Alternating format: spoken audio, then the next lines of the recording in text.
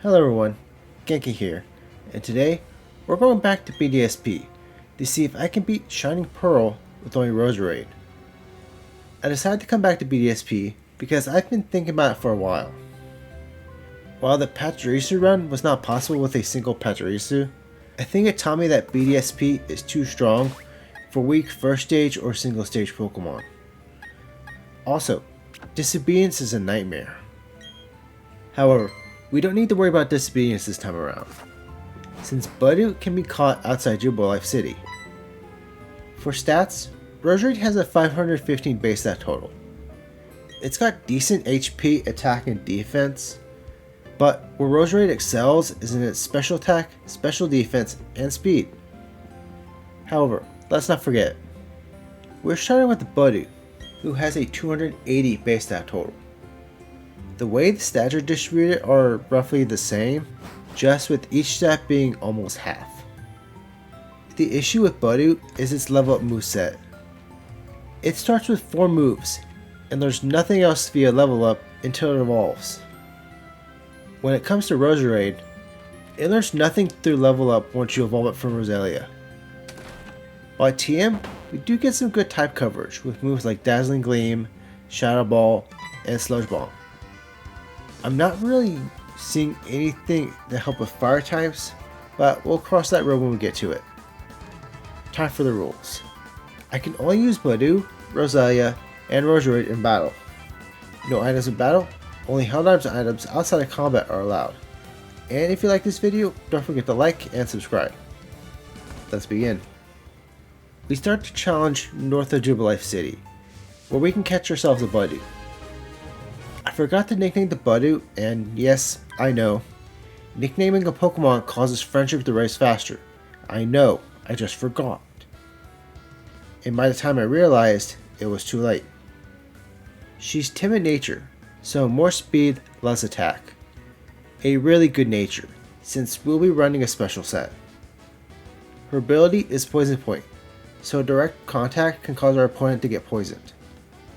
I trained Budu to level 8. Before challenging Barry outside Jubilife. If I remember right, his lead Starly does not have a flying move yet. Still, all we had to attack with was Absorb. So I had Budu set up Growth to boost her special attack as Starly used Growl twice. It then used Quick Attack, but got immediately poisoned. A second Quick Attack took Budu to yellow health, so I had Budu use Absorb, which at +3 was still not doing a lot. Thankfully, we had the poison. We took out the Starly with 2 more absorbs. However, Budu is currently at 4 HP. Last on Barry's team is Piplup, whose Pound was doing as much damage as we were healing. But Budu was faster, so Piplup went down first. I gave Barry Piplup because I'm still testing the difficulty level when it comes to BDSP solo runs. On to the first gym. Against Geodude, we go for a couple of growths, as Geodude just spammed Defense Curl. I decided to go for a third growth, but then Geodude went for rollout and got crit, taking Budu straight to 4 HP. Geodude was a one-shot, but then Onix survived Absorb thanks to Sturdy. Its Rock Throw did almost a third of Budu's health, but it went down the next turn. Last is Coronet, who outspeeds and goes straight for Headbutt, which Budu survives on 1 HP, allowing her to one-shot Coronet with a probably not needed crit. We can now head north to Jubilife City, to the Valley 1 Works, where we have to face Commander Mars, our first roadblock. Mars leads with Zubat, who double resists Absorb, so we can barely scratch it. Also, Mars likes to switch out Zubat for her ace Perugly, who outspeeds and hits like a truck. Time to grind. After defeating all the trainers in the area, I decided to grind in the grass outside the Valley 1 Works, since it spawns a lot of water types. While I'm grinding, I'm also thinking about the EVs Budu is receiving. Taking out Weasels and Pachirisus increased speed, while the Shellos and Bidoofs increased Budu's HP. It still took a lot of grinding though. because we didn't get this run until Badu was at level 23. We started with the growth, as Zubat went straight for U-turn, switching into Perugly. For some reason, Perugly went for Growl, as I had Badu use a second growth. It then went for a second Growl, as we went for Absorb, which did quite a bit of damage. Then the next turn, Perugly finally attacked with Scratch, which immediately activated Poison Point, as we set up our third growth. Maybe the attack boost caused something to click in Perugly's AI, because it then went for a third Growl, as we set up our fourth growth. I kid you not, I wrote this out. We set up all 6 of our growths, before finally taking out Perugly, who was at a quarter health from the poison. Last is Zubat. Absorb only did a quarter, but then Zubat went for Supersonic. If we hit ourselves once, we were taking ourselves out. However, it only lasted 2 turns, and Zubat's U-turn was not doing that much damage, so we were easily able to take out Zubat. We can now progress to Eterna Forest, where we have to help Cheryl through the forest, before progressing into Eterna City. There, all we can do is attempt the second gym, and I needed a strategy. All of Gardenia's team resists Absorb, and even worse, her Roserade double resist. But I now had access to a new TM, Cut. Gardenia leads with Cherubi, who will only attack with Dazzling Gleam, which happens to be resisted. This allows us to fully set up all our growths. We then go for Absorb against Cherubi to get some health back, before taking it out with Cut. Turtwig was a 2 KO, and last was Roserade, who thankfully was a 3 KO. Oh, and guess what? We finally got enough Friendship to evolve. This is really helpful, because next is Commander Jupiter in the Team Galactic building. This one took a few tries, because Skuntank has Flamethrower. However, we eventually got this run. We started by going for Stun Sport, as Zubat used Supersonic. We then went for Growth, and through pure dumb luck, we only got attacked once as we set up 5 growths. Zubat was a one-shot Cut, so out came Skuntank. We went for Absorb first, to get some health back, as Skuntank's Flamethrower took a third of Roselia's health. Cut then took Skuntank to a quarter, activating its Citrus Berry. However, its next Flamethrower burned Roselia, so our attack is now cut in half. I decided to switch to Absorb. The Absorb gave Roselia enough health to survive Flamethrower with 5 HP, and the burn with only 1. We were living on a prayer, but Skuntank went down the next turn. We can now take Second Road and get to Hearthump City, where if this was Platinum, we would be facing the Ghost Gym. But this is Diamond and Pearl, so all we need to do is battle Barry. Barry leads to Starly, who, as we set up Growth, sets up Double Team and used Endeavor, which activated Poison Point. Poison Point is only 30%, so we're just getting really lucky. Starly went down to a crit Cut. Ponyta survived Cut, but it only used Growl, so it went down the next turn. Prinplup survived Absorb and Red Health, but get this, Prinplup's Metal Claw activated Poison Point. Again, 30%. And this is what caused Prinplup to go down.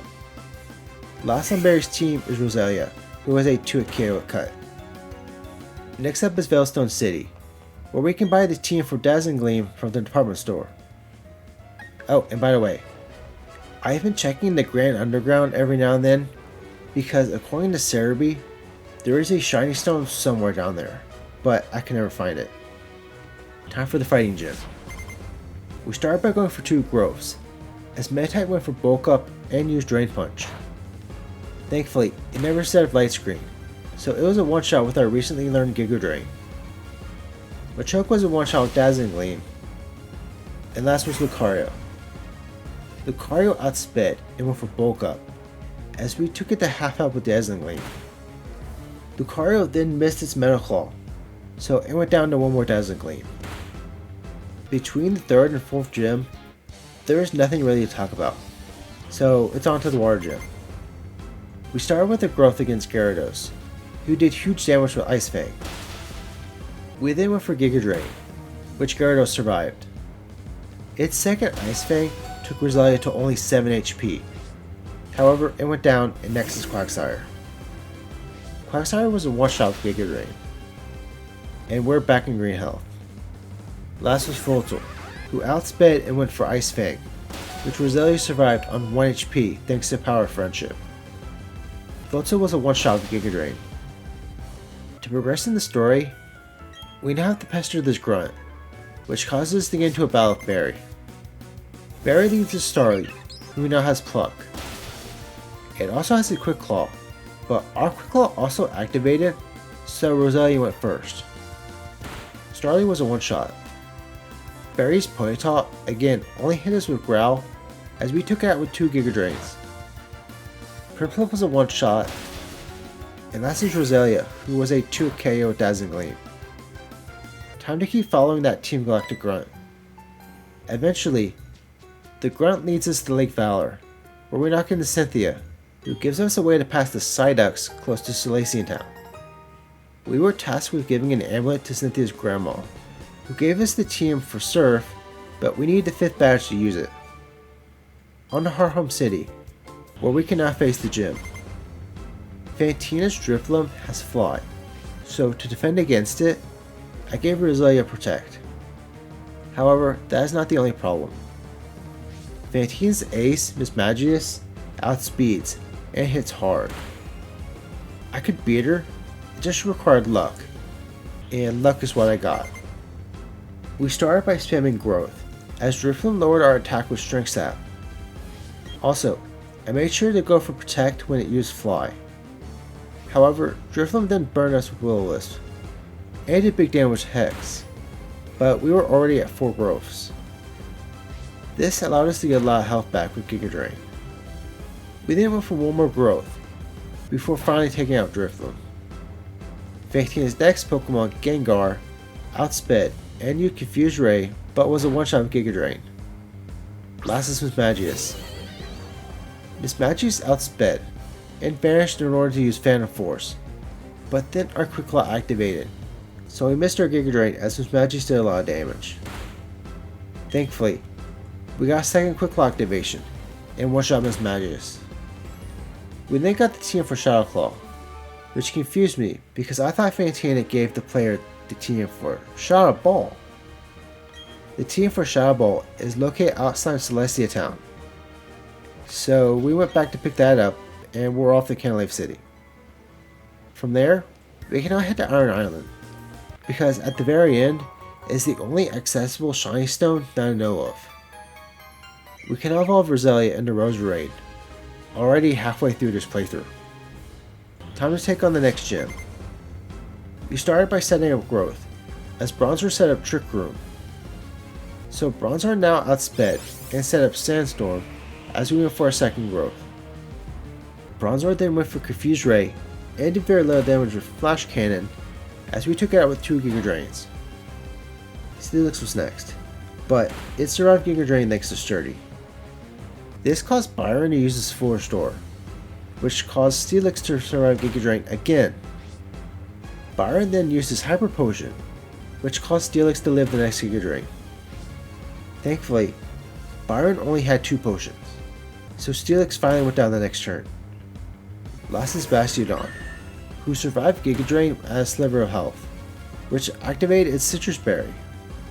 However, it only did a little damage with Stone Edge, so it went down. We now have to do some of the Team Galactic quest line, but Saturn was no problem, nor was Mars. So we're off to Snowpoint City to face the Ice Gym. We went for Growth twice, because Snover decided to start with Mist before going for Avalanche, which did almost half of Roserade's health. I had Roserade hold the Pixie Plate, which boosts fairy moves, since Snover resists Giga Drain. It was a one-shot with Dazzling Gleam. Manchip was a one-shot with Giga Drain, and that gave us enough health to go for Growth against Sneasel, who took Roserade to red health with its Avalanche. It was a one-shot, and last is Abomasnow, who was thankfully also a one-shot. Time to scale to Team Galactic headquarters, where at the end we have a battle with Cyrus. We set up 2 growths against Murkrow, but then it went for taunt, so no more of that.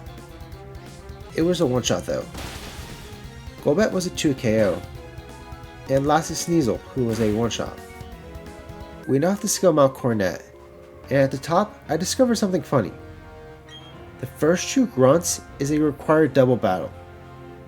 They will not battle you individually.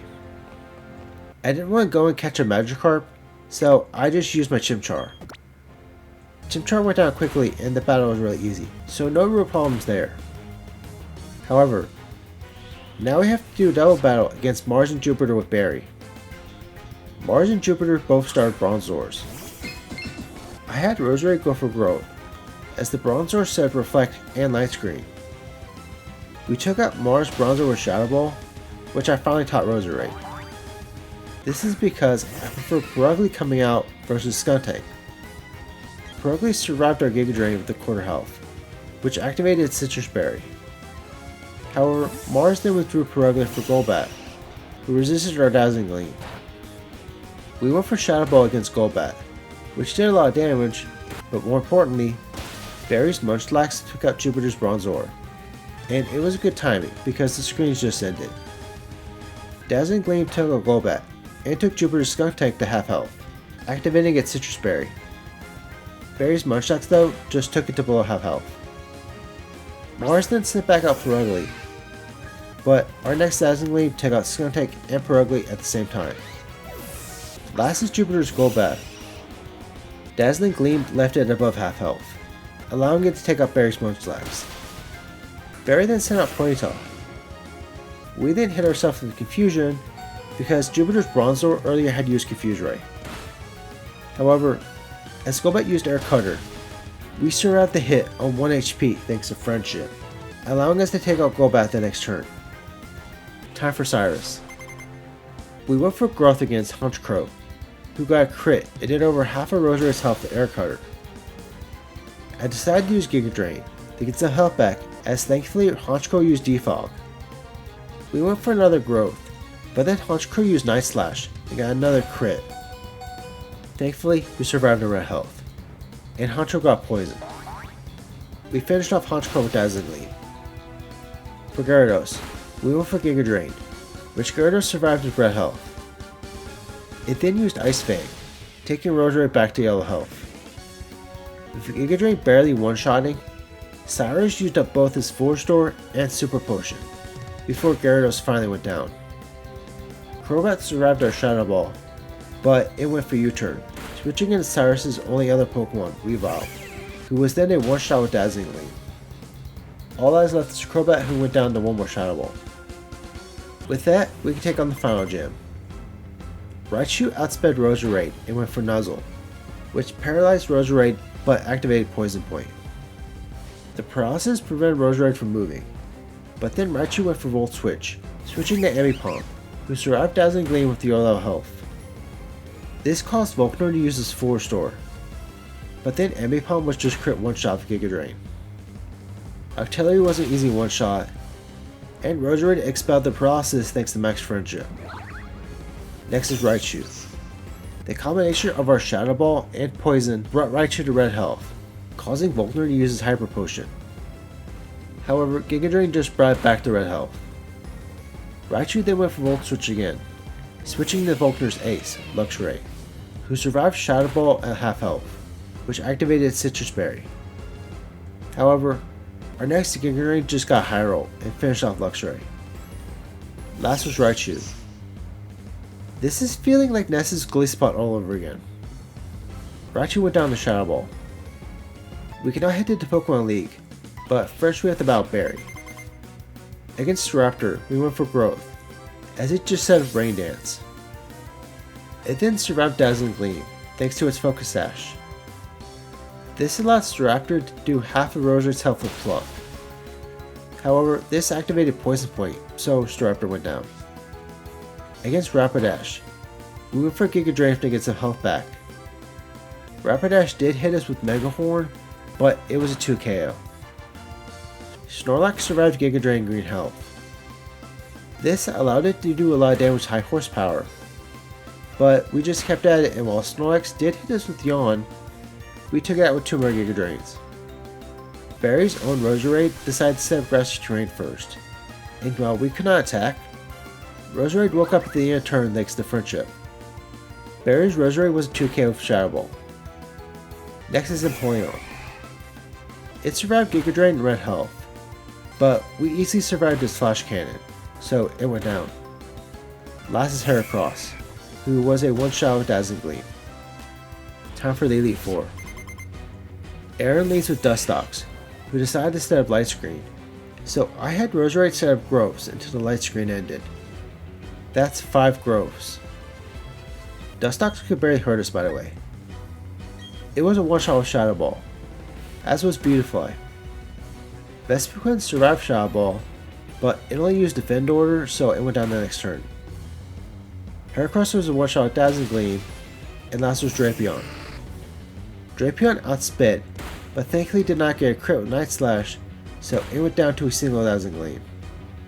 On to Bertha, but this battle was extremely easy. Do you know who was not easy? Flint. Flint's Rapidash outspeeds, and thanks to it holding a Wild Lens, it lands Hypnosis a lot. Rapidash's Flame Charge being a 2 KO doesn't help either. After a couple attempts, and a lot of luck thanks to high friendship, we had an attempt where we made it to Flint's ace Infernape, who outspeeds. Needless to say, I had to grind. Like, a lot. Our first attempt against Flint was at level 63. It took us to level 78 to get this attempt. Against Rapidash, we immediately get a quick claw activation, allowing us to get off of Growth before Rapidash could hit us with Flame Charge, which was now a 3 KO on Roserade. Oh, and it also activated Poison Point. We then got a second quick claw activation, and we didn't receive any more damage because Rapidash was a crit one shot. Next is Lopunny, who survived Giga Drain on a sliver of health, causing Flint to use his full restore. However, this also allowed us to get another Growth. This made Lopunny a one shot. Steelix and Drifloon were also one shots, so all that was left was Infernape. Roserade now naturally outsped Infernape, who survived our Shadow Ball thanks to its Focus Sash.